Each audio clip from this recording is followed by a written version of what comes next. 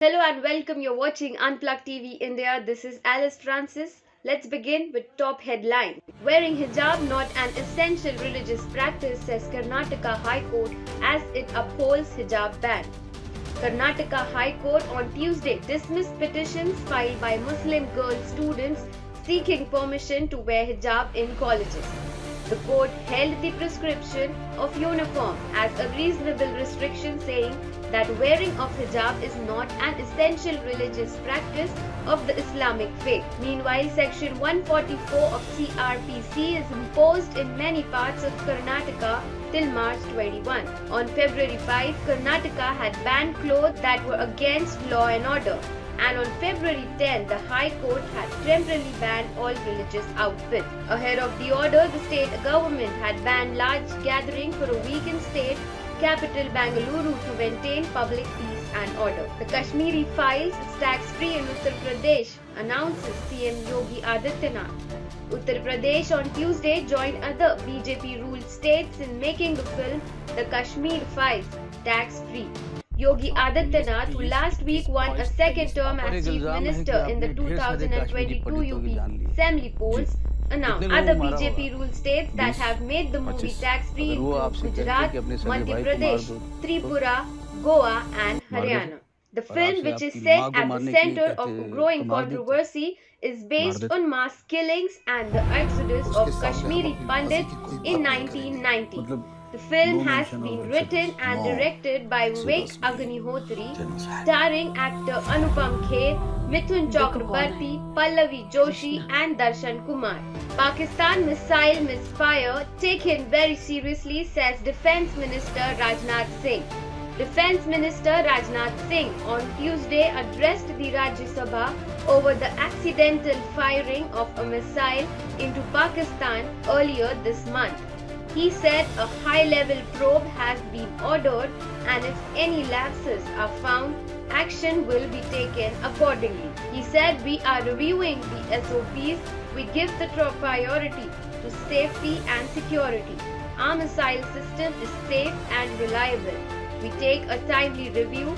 Our armed forces are well trained and disciplined and hold the experience of maintaining such a system, the minister said. Meanwhile, government releases fresh guidelines for COVID-19 vaccination, which is all set to start from today. As the center is all set to start vaccinating 12 to 14 age group, it has released a few guidelines for COVID-19 vaccination.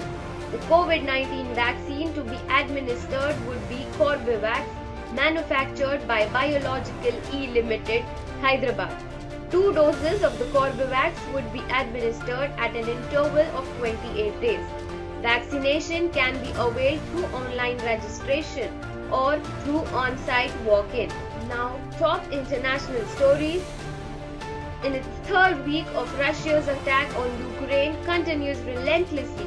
Despite 4 rounds of talks and global pressure, the Kremlin, which began special military operations on Ukrainian territory on February 24, has kept up its assault as firing pounded around the capital of Kyiv and other cities.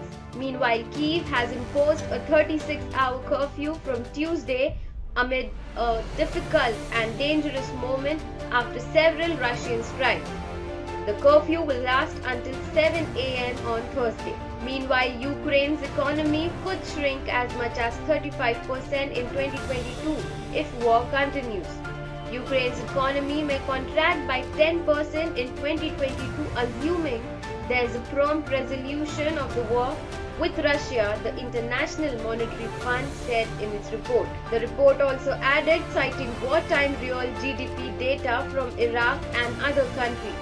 Ukraine is set to experience a deep recession, it stated. The International Monetary Fund has also warned that Russia-Ukraine war can send the world food supply into chaos as Ukrainian farmers are unable to plant crops such as wheat.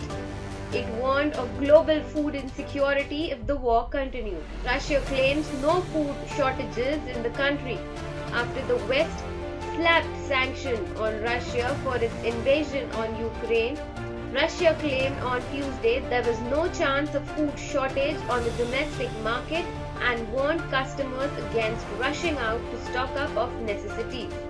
After Moscow's February 24 invasion of Ukraine, the United States and Europe cut Russia off from large swaths of the world economy. The Russian economy is in its worst state since the fall of the Soviet Union in 1991. China rejects assertion that Russia requested for help in Ukraine. China disputed assertions made by US officials on Tuesday that Russia had requested military aid in Ukraine, accusing the US of disseminating malicious disinformation that could escalate the crisis. Following Russia's invasion of Ukraine on February 24, some US officials stated Russia had approached China for military supplies, raising concerns in the White House that Beijing may undercut Western efforts to assist Ukrainian forces in defending their nation. Kremlin, however, denied receiving such a request. In a surprise election, the son of Turkmen leader wins presidency. Serdar Berdimuhamedov, the son of outgoing Turkmen President Gurbanguly Berdimuhamedov, won a snap election on Tuesday with 73% of the vote and will succeed his father, according to the Central Election Commission of Central Asia nation. Meanwhile, number of sanctioned Russians goes up after Japan follows G7 nations.